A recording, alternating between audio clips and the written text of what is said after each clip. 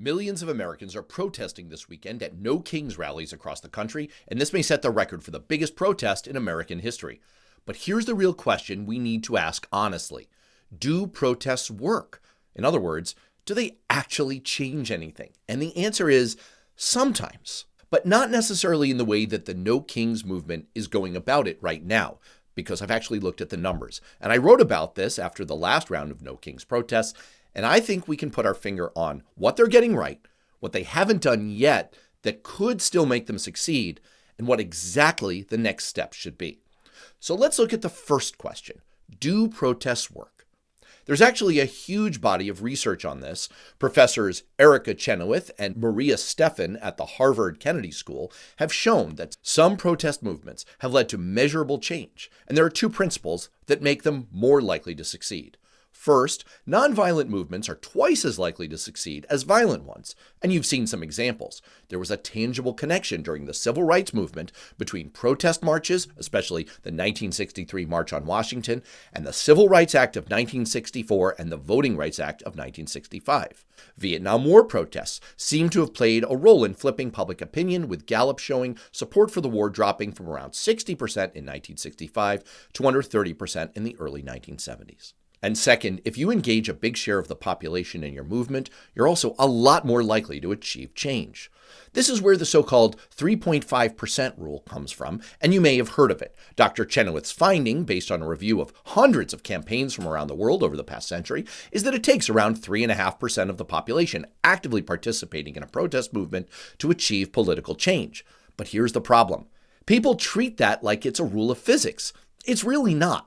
As Dr. Chenoweth says, she recommends looking at the 3.5% as a rule of thumb, not an iron law. Just bringing large numbers of people to the streets might not work. Dr. Chenoweth's collaborator, Mary Stephan, points to hundreds of other nonviolent methods that you have to do at the same time in order for mass protests to work. Economic boycotts, labor strikes, political and social non-cooperation. They're all part of a critical formula. Just engaging lots of people in a mass demonstration is like sending out invitations to a birthday party, but forgetting to get the cake, candles, or presents.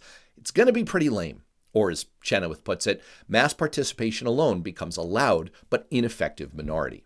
So let's bring this back to No Kings. I want to be clear that they're doing a lot right. Getting millions of people to show up is genuinely impressive. Setting a record for mass demonstrations in America is no small feat. And as I wrote back in October, I think I'm not alone in feeling bolstered by seeing how many other Americans are just as pissed off as I am. But in terms of what has actually changed after the last two rounds of record-breaking protests, the clear answer was not that much. I actually showed this by breaking it down to 4 questions back in October. First, did the No Kings protest drive greater public opposition to Donald Trump or his policies? And the answer was clearly no. After the first round of No Kings protests on June 14, 2025, Trump's approval actually went up and his disapproval went down. There's simply been no lingering impact on views of the president from either round of protests. Number 2, did Trump or his allies change their behavior or cancel any of their plans because of the protests? No.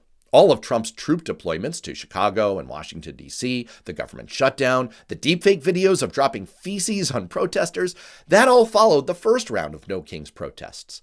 The operation in Venezuela, the outrageous actions of ICE in Minnesota, and now the war with Iran all followed the second round of No Kings protests. Number 3, did any other institutions or private companies or nonprofits change their behavior because of the protests? No. Can you think of a single corporation, organization, media outlet, or school that's changed their plans or started resisting Trump because of those protests? Number 4, is there any evidence that the protests are meaningfully affecting the likelihood of defeating Trump or his allies in the next election? Unfortunately, the answer here is no as well. There's no evidence that No Kings protests are effectively being used to raise money for anti-Trump candidates or register voters or get people to commit to voting or to any mobilization of any kind. And again, there's no evidence that the protests are changing political views either.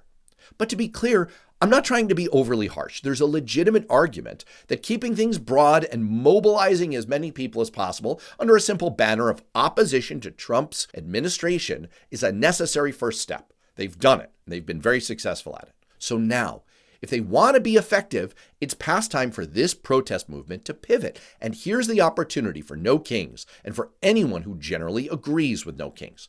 Don't just protest. also take the next step. Turn all of this energy and emotion into something tangible, something real. It's like going to a casino and winning a bunch of chips at the blackjack table. It feels great, but it's not real money until you go and cash in.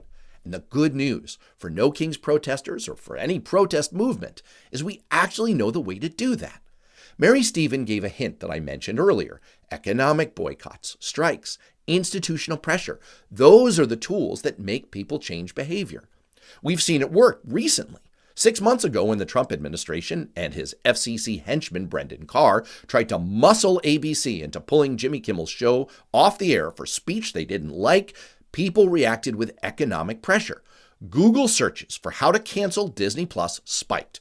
As a result, Disney stock dropped 2%. Suddenly, people who were outraged by the Trump administration had a target. And it followed a rule that I call the 3 Fs. It was focused because there was one target and a clear demand. It was financial because there was an immediate and measurable business cost to the target. And the target was fragile because Disney Plus is a critical long-term strategic asset for the company. And losing subscribers and the cutthroat streaming wars hit a soft spot. Companies and other institutions respond to loss of revenue, to damage to their brand, and public pressure. And the key insight we can learn from all of that is that one visible loss creates fear and deterrence for everyone else. Right now, the No Kings protests are like sunlight passing through a pane of glass. The light and the heat are diffuse. But now it's time to turn it into a lens. Put the magnifying glass on one target to find one action, coordinate, make a visible impact, and then move to the next target. One action, one target, one moment. The challenge, of course, is that me saying this on Substack or on this YouTube video doesn't just make it happen. Though, if this video goes viral, that would sure help, and you taking a moment right now to like it, subscribe to this channel, and share the video would be amazing. But the good news is that we actually have a coordinating organization who can make it happen. One that's convening millions and millions of Americans. So, if the people who are protesting this weekend are ready to take the next step, that's it. Engage in your own mobilization and write to the No Kings organization and tell them that you want them to do 2 things for the next 2 months.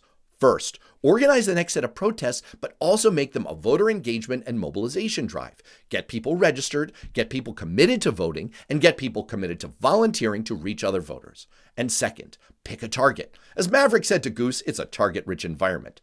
Define a simple, clear economic action that we can all take together. For Americans who want a change in direction in our government, we'll get an opportunity at that in the midterm elections, but before that, we can still change the behavior of other companies and institutions if we work together. That's how protest movements win.